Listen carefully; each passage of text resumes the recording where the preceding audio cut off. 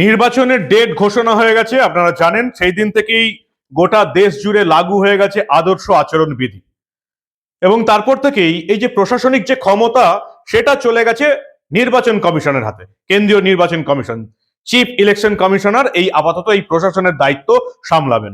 এবং তারপর থেকে দেখছি অন্তত আমাদের রাজ্যের ক্ষেত্রে প্রায় টি-20 মেজাজে খেলা শুরু করে দিয়েছে নির্বাচন কমিশন।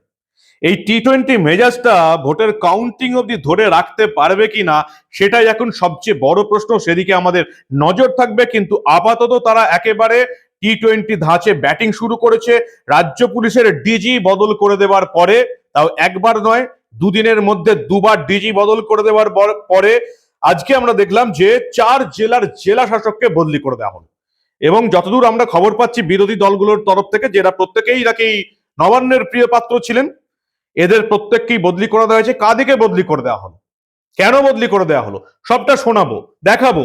এই গুরুত্বপূর্ণ প্রতিবেদন শেষ অবধি দেখুন। আমি মানব, দা নিউজ বাংলায় আপনাদের স্বাগত জানাচ্ছি।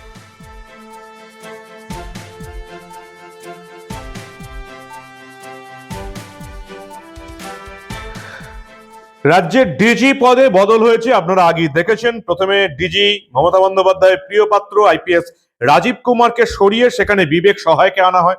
পরে যখন জানা যায় যে মে মাসের মধ্যে তার অবসর গ্রহণ করতে হবে তাকে, তার 24 ঘন্টার মধ্যেই তাকে বদলি করে আপাতত সঞ্জয় মুখোপাধ্যায়কে রাজ্য পুলিশের নতুন ডিজি ঘোষণা করা হয়েছে। আপনারা জানেন এর আগেও এই রাজীব কুমারকে সরিয়েই 2016-তে সঞ্জয় মুখোপাধ্যায়কেই কলকাতা পুলিশের সিপি করা হয়েছিল, কমিশনার করা হয়েছিল। এবার ফের রাজীব কুমারকে সরিয়ে সঞ্জয় মুখোপাধ্যায়কে রাজ্য পুলিশের ডিজি করা হয়েছে। তার একদিন যেতে না যেতেই আমরা দেখলাম সেই নিয়ে অবশ্যই রাজীব কুমারকে সরিয়ে যে সঞ্জয় মুখোপাধ্যায়কে ডিজি করা হয়েছে সেই নিয়ে কিন্তু তৃণমূলের তরফ থেকে একেবারে হইচই শুরু করে দেওয়া হয়েছে। তৃণমূলের মুখপাত্রদের কথা আপনারা শুনেছেন যে নির্বাচন কমিশন নাকি বিজেপির হয়ে কাজ করছে, রাজনৈতিক পক্ষপাত দুষ্ট হয়ে কাজ করছেন। কিন্তু আপনারা দেখেছিলেন যে শুধু রাজ্য পুলিশের আমাদের ডিজি নয়, গুজরাট, উত্তরপ্রদেশ, ঝাড়খণ্ড, ছত্তিশগড় বিভিন্ন জায়গা থেকে দেখলাম আমরা বহু সরকারি অফিসারকে বদল করে দেওয়া হলো। গুজরাট, উত্তরপ্রদেশ, ঝাড়খণ্ডে তো স্বরাষ্ট্র সচিবকে বদল করে দেওয়া হয়েছে। আর এবার আমরা দেখলাম আমাদের রাজ্যে 4 জন জেলা শাসককে বদলি করে দেওয়া হলো। কোন 4 জন জেলা শাসক? বীরভূমের জেলা শাসক পূর্ণেন্দু মাঝি, পূর্ব বর্ধমানের জেলা শাসক বিধান রায়, ঝাড়গ্রামের জেলা শাসক সুনীল আগরওয়াল এবং পূর্ব মেদিনীপুরের জেলা শাসক তানভীর আফজলকে পরিবর্তন করে দেওয়া হলো। নির্বাচন কমিশন এই 4 জনকে বদলির বিজ্ঞপ্তি জারি করেছে, ইতিমধ্যেই নবান্নে পাঠিয়ে দেওয়া হয়েছে। মুখ্য সচিবের কাছে এই 4 জনকেই ভোটের কাজ থেকে সরিয়ে দেওয়া হবে। তার প্রধান কারণ হিসেবে যেটুকু আমরা জানতে পারছি যে এই 4 জনই হচ্ছেন প্রমোটি আইএএস, অর্থাৎ এরা ডাব্লিউবিসিএস ক্যাডারে ছিলেন, এরা অভিজ্ঞতার জোরে প্রমোটি আইএএস হয়েছেন।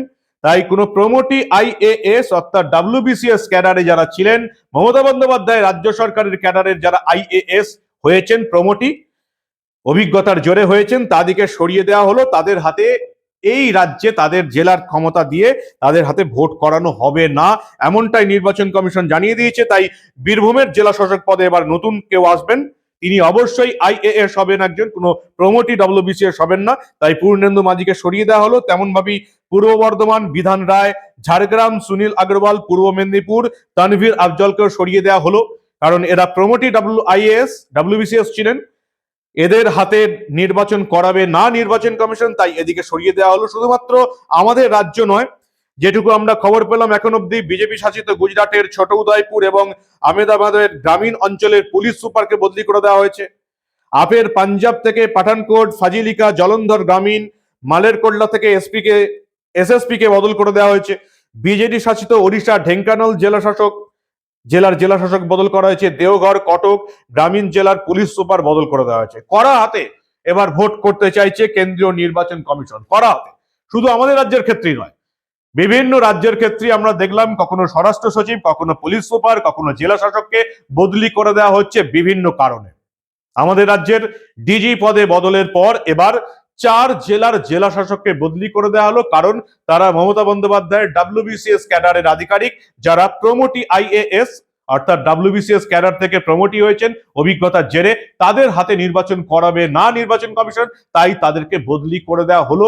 রাজ্যের বিরোধী দল নেতা শুভেন্দু অধিকারী আগেই এই হিন্টস গুলো দিয়েছিলেন বিভিন্ন জনসভায় আপনারা শুনেছেন, এবার সেটাই কিন্তু মানা হচ্ছে। অর্থাৎ বিরোধী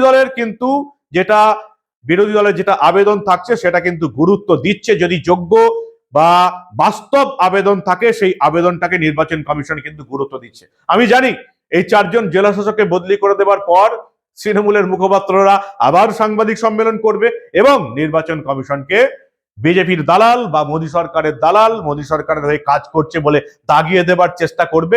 কিন্তু শুধুমাত্র আমাদের রাজ্যের ক্ষেত্রে নয়, গোটা ভারতবর্ষের বিভিন্ন রাজ্য জুড়েই কিন্তু প্রায় টি-20 স্টাইলে ব্যাটিং করছে নির্বাচন কমিশন।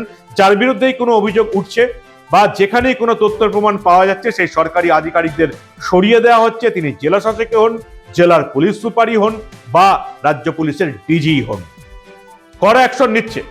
এই অ্যাকশনটা নির্বাচন কমিশন ভোটের কাউন্টিং অবধি ধরে রাখতে পারে কিনা সেদিকে আমাদের কড়া নজর থাকবে। আপনারা নজরে রাখুন দা নিউজ বাংলা। আমরা আবার এই ধরনের কোনো ঘটনাই চেপে রাখতে দেব না।